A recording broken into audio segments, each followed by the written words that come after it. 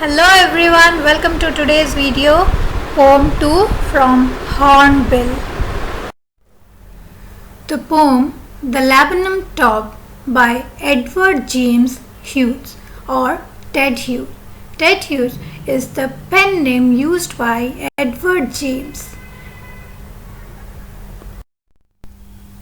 While going through any piece of work, it's very important to know about the creator. Let us know about the poet. Edward James Hughes or Ted Hughes. Ted is a very common name for James Edward. So he adopted the name Ted. It was very accessible, so he used it in his writings. He was one of the giants of 20th century British poetry. He was a translator, he was a children's writer, and also an animal poet. After serving in the Royal Air Force, Hughes attended Cambridge, where he studied archaeology and anthropology and took a special interest in myths and legends. He was born on 17th August 1930. He died on 28th of October 1998. He was married to Sylvia Plath. Books, some of his famous works: The Hawk in the Rain, The Iron Man, Birthday Letters, Crow. He received a number of awards, namely, he was the Poet Laureate of Great Britain in 1984, Whitbread Book of the Year Award, now it's known as the Costa Book Award, for Tales from Ovid and Birthday Letters, the latter also earning him the Forward Prize for Poetry. He got the New York Poetry Center First Publication Award in 1957. His first published work was The Hawk in the Rain. Guinness Poetry Award in 1958, Guim Fellowship 1959-60, Hawthornden Prize in the year 1961. These are some of his achievements. It's time for introduction. The Laburnum Top, poem by Ted Hughes, was published as part of his collection titled Lupercal in 1960. This poem explores the themes of nature, growth, and the passage of time using the image of a goldfinch interacting with a laburnum tree. Let's take a look at the ideas that the poem covers. The theme. The poem explores the theme of the transformation and interconnectedness of nature, particularly the relationship between a seemingly lifeless laburnum tree and a vibrant goldfinch. The poem also presents the symbiotic relationship between the laburnum and the goldfinch. You can see in the image there's a crocodile and a bird. Crocodile can eat the bird, but it is not, because it needs the bird. The bird removes the decayed microbes from the tooth of the crocodile, which is very essential for its gums. So they help each other, interconnected they are. Here also the tree gets life with the help of the goldfinch, and in return the goldfinch gets shelter. Let us see how. The poem shows how the arrival of the goldfinch brings life, energy, and movement to the tree, highlighting the dynamic interplay between stillness and activity in the natural world. On the other hand, the tree provides shelter for the bird and her young ones. This shows mutual dependence and connectivity. It also touches on the themes of life, death, and the cyclic nature of existence as the tree returns to its silent state after the goldfinch departs. So see, the themes covered are the transformation and interconnectedness of nature, symbiotic relation, how one depends on the other, both are interdependent. In this poem, you will explore various themes including life, death, and the cyclic nature of existence. These are the themes. It's time to read the poem. The Laburnum Top by Ted Hughes. Laburnum Top is silent, quiet, still in the afternoon yellow September sunlight. few years yellowing and all its seeds fallen, till the goldfinch comes with a twitching chirrup, a sudden, a startlement and a branch end. Then sleek as a lizard and alert and abrupt, she enters the thickness and a machine starts up, of chitterings and a tremor of wings and trillings, the whole tree trembles and trills. It's the engine of her family, she strokes it full, then flirts out to a branch end, showing her barred face identity mask, then with eerie delicate whistle chirrup whisperings, she launches away towards the infinite, and the laburnum subsides to empty. Let's read again. Laburnum top is silent, quiet, still in the afternoon yellow September sunlight. A few leaves yellowing, all its seeds fallen, till the goldfinch comes with a twitching chirrup, a suddenness and a startlement at a branch end. Then sleek as a lizard and alert and abrupt, she enters the thickness and a machine starts up, of chitterings and a tremor of wings and trillings, the whole tree trembles and thrills. It is the engine of her family, she strokes it full, then flirts out to a branch end, showing her barred face, identity mask. Then with eerie delicate whistle chirrup whisperings, she launches away towards the infinite, and the laburnum subsides to empty. Now in this poem, you see, this poem is divided into three parts. The first one, description of the tree. Laburnum top is silent, quiet, still in the afternoon yellow September sunlight. A few leaves yellowing, all its seeds fallen. See, it's autumn. You can see in the picture the laburnum tree. So it is silent, nothing, no movement. The second part, till the goldfinch comes. Here is the arrival of the goldfinch and what happens after that. Till the goldfinch comes with a twitching chirrup, a suddenness, a startlement at a branch end. So there's a sudden movement. The tree so far was silent, still, steady, but now there's a movement, sudden movement. Then sleek as a lizard and alert and abrupt, she enters the thickness and a machine starts up, of chitterings and a tremor of wings and trillings. The whole tree trembles and thrills. It is the engine of a family, she strokes it full, then flirts out to a branch end, showing her barred face, identity mask. So see the second part, the bird arrives, there's a sudden movement in the tree, that is the instilling of life to the tree. The bird enters the thickness, enters into the branches, and then there is a sudden noise. What is the noise? Of her family. That is, the young ones are there. She comes, she feeds, she is there, and through the branches you can see the bird face, the appearance of the bird. Look at the picture. This last part says what happens after her arrival.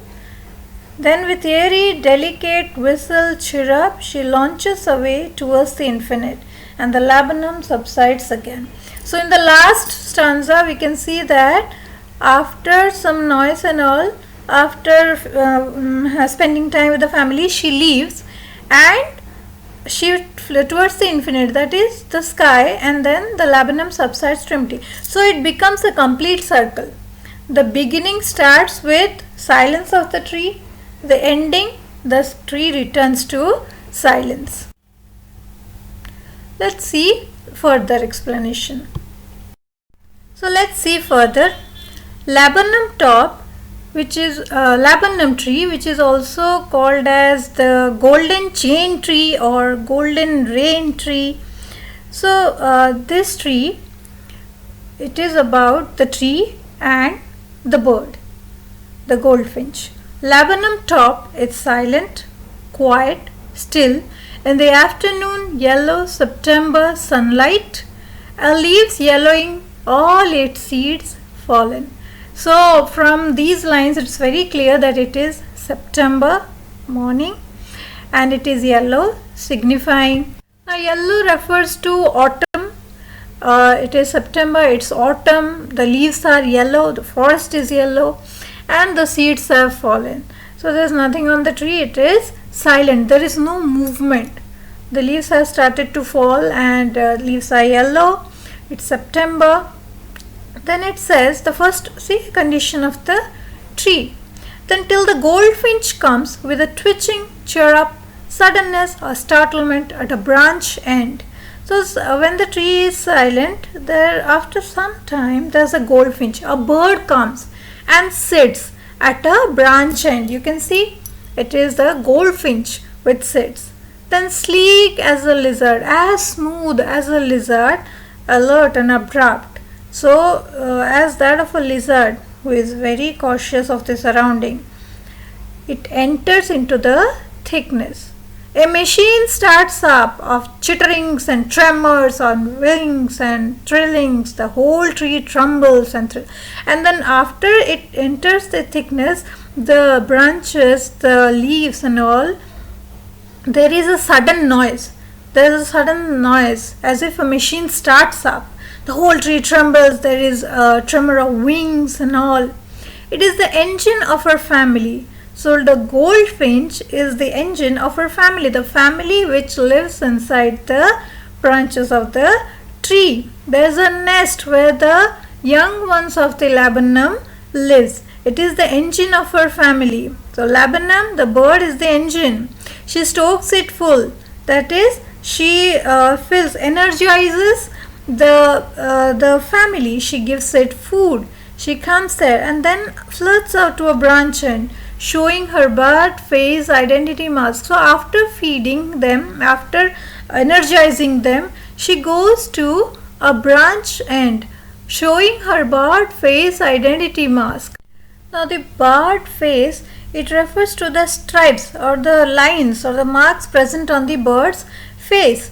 Then identity mask, that is, it highlights how the facial markings act as a distinguishing feature similar to a mask, making the bird easily identifies.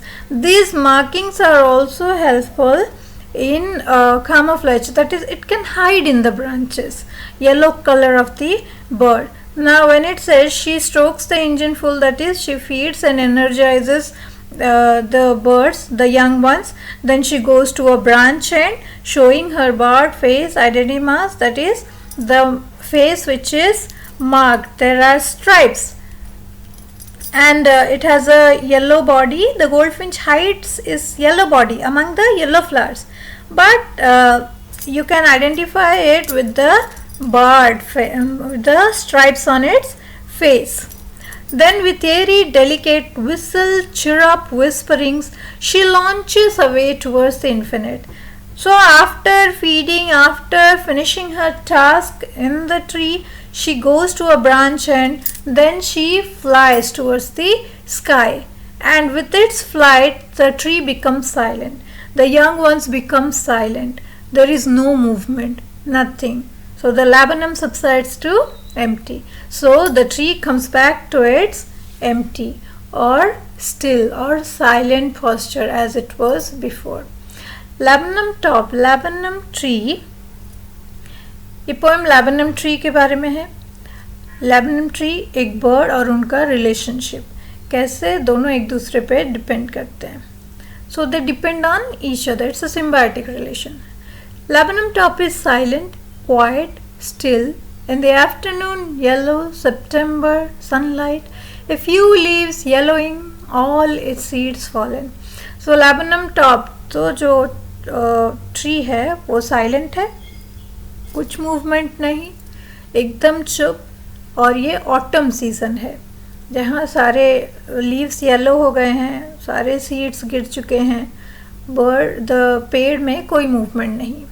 Till the gold Finch comes, अभी अचानक से gold Finch bird आता है. जब तक gold Finch नहीं आया था तब तक पेड़ में कोई हलचल नहीं थी, अभी वो गोल्ड फिंच आया. with a twitching chirrup, a suddenness, a startlement at a branch end. आके वहाँ बैठा और धीरे धीरे as sleek as a lizard and alert and abrupt, जैसे एक lizard alert abrupt ध्यान देता है हर तरफ, सुनने की शक्ति ज़्यादा, वैसे ही वो branches के अंदर जाता है. So as she enters, जैसे ही bushes के अंदर suddenly बहुत सारा noise है because और पूरा tree हिलने लगता है. Tree is happy because you see in this Laburnum is personified. So it is the engine of our family. Laburnum tree है जो goldfinch है, वो एक engine की तरह है. engine आने से गाड़ी स्टार्ट होती है. सिमिलरली जब गोल्डफिंच आया तो जो लैबनम ट्री में उसका नेस्ट है जिसमें बाकी छोटे छोटे उसके बच्चे हैं, शी स्टोक्स इट फुल. उसने उनको फीड किया, खाना दिया, एनर्जाइज किया. Then she goes out to a branch and showing her bird face identity mask. तो येलो फूल, येलो बर्ड, लेकिन जो उसका स्ट्राइप्ड फेस है, ब्लैक कलर मार्क्ड, उससे पता चलता है कि ये एक लैबनम है, ये एक गोल्डफिंच है. Then with airy delicate whistle chirrup whisperings, फिर धीरे धीरे वहाँ जाके ब्रांच एंड में जाके, जैसे वो आई थी ब्रांच एंड में उतर के, वैसे ही वापस ब्रांच एंड में जाके she launches away towards the infinite. So begin करती है अपना जर्नी आकाश के तरफ. लैबनम सबसाइड्स टू एम्प्टी. उसने पेड़ को छोड़ दिया, आसमान पे उड़ गई, पेड़ वापस शांत हो गया, कोई मूवमेंट नहीं, बर्ड्स के बच्चे चुप, पेड़ सडनली शांत. ये है लैबनम top. Time for the word meanings. First, laburnum. It's a short tree with hanging branches, yellow flowers and poisonous seeds. Goldfinch, a small singing bird with yellow feathers on its wings. You can see it in the picture. Twitch, a slight movement of a body part. Chirrup, chirping sound made by birds. Startlement, amazement. Sleek, smooth, abrupt, sudden and unexpected. Chittering, noise made by birds. Tremor, shaking movement or shiver. Trillings, repeated chirpings. Stokes, insides or adds fuel to something. Flirts, moves briskly. Eerie, that is strange. Infinite, that is endless. Here it means the sky. Launches, starts. Here the act of flying. Subsides, goes down, returns back to silence. Let's take a look at the literary devices used in the poem Laburnum Top. Personification. It is but providing human characteristics to inanimate objects. Here the tree is personified when he says the laburnum top is silent. The top of the tree is personified. It is like a silent person. Alliteration, where the repetition of consonant sound, for example, silent, quiet, still, September, sunlight. See, the sound of S gets repeated. Whistle, chirrup, whisperings, W sound gets repeated. Tree trembles and trills, the T sound gets repeated. We have assonance, which is the repetition of a vowel sound, and alert and abrupt. See, the sound of A gets repeated. Simile is nothing but comparison of things using the words like or as. Here, when the poet says, then sleek as a lizard, it is the bird's movement is compared to that of a lizard using as. Metaphor, it is nothing but comparison between two objects where you do not use like or as. For example, from the poem you have, it is the engine of a family. The tree is compared to an engine. Had it been a simile, it would be written, it is like the engine of our family. But without like or as, it becomes a mode of comparison which is called metaphor. A machine starts up. The noise of birds and the movements are compared to that of an engine. Her bird face identity mask.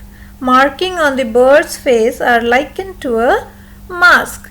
These are the personification, alliteration, assonance, simile, metaphor with some examples. Let us see the other literary devices used. Next we have the transferred epithet, which is when an adjective is used to describe a noun but it actually refers to another noun.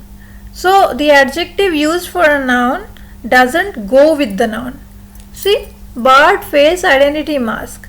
The face is not barred, but the shadow of the flowers and leaves appear like bars. The laburnum subsides. The tree doesn't subside. It is the noise. So here you can find the adjectives do not support the noun. Onomatopoeia is nothing but the words that represents the sounds. For example, chittering, trilling, chirrup, all these are examples of onomatopoeia.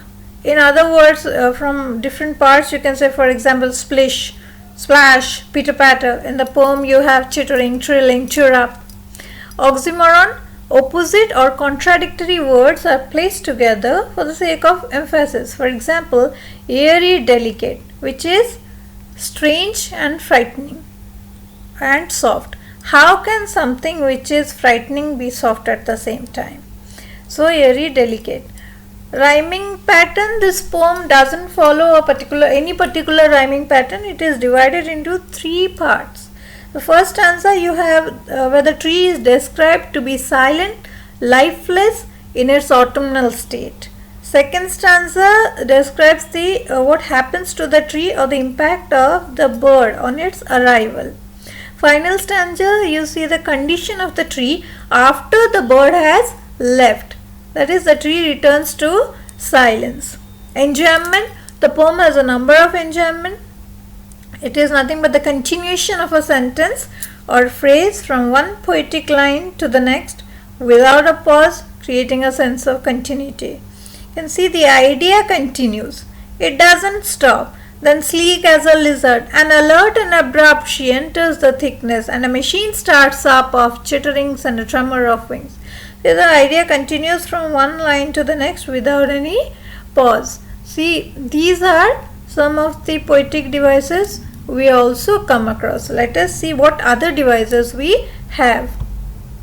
The next device we have is imagery, where vivid pictures in the reader's mind are created through visual description or audio description. For example, when the poet says September sunlight, you can feel it. Few yellow leaves, seeds fallen. Then we have paradox, the juxtaposition or the placing of two seemingly opposite or incompatible ideas. It contains a hidden truth that can be revealed through careful analysis. The picture of stillness and death-like silence of the tree versus a scene of vibrant life and activity after the arrival of the goldfinch. Irony is when words or events are opposite of what is expected. In simple words, you say something, you mean something else, sarcasm kind. Here, the poet uses laburnum tree, which is associated with death and decay, to symbolize life and nurturing of new life. A dead tree symbolizes new life. See, this is in previous videos, the difference between paradox, irony and oxymoron is already explained. You can refer to the previous videos. Symbolism, this poem has a number of symbols. Symbolism is nothing but the use of object, people, situation when they represent something beyond the literal meaning, like an abstract idea or concept. Here the laburnum tree is not only a tree, it is a symbol of human life with its periods of quietude and potential for vibrancy. It also represents lifelessness by the use of words like silent, still. Its yellow flowers represent beauty and brightness and warmth. The goldfinch, its arrival symbolizes introduction to life, energy and movement. Activity brings the tree back to life, creating an uproar of chirping. The bird also symbolizes joy and vitality. The color yellow is very significant. It represents feelings of warmth, happiness, enhancing the image of the tree as lively. So we have covered almost all the poetic devices, literary devices. For any more doubts, you can always use the comment section. Keep watching the channel for more such videos. Don't forget to subscribe. Thank you.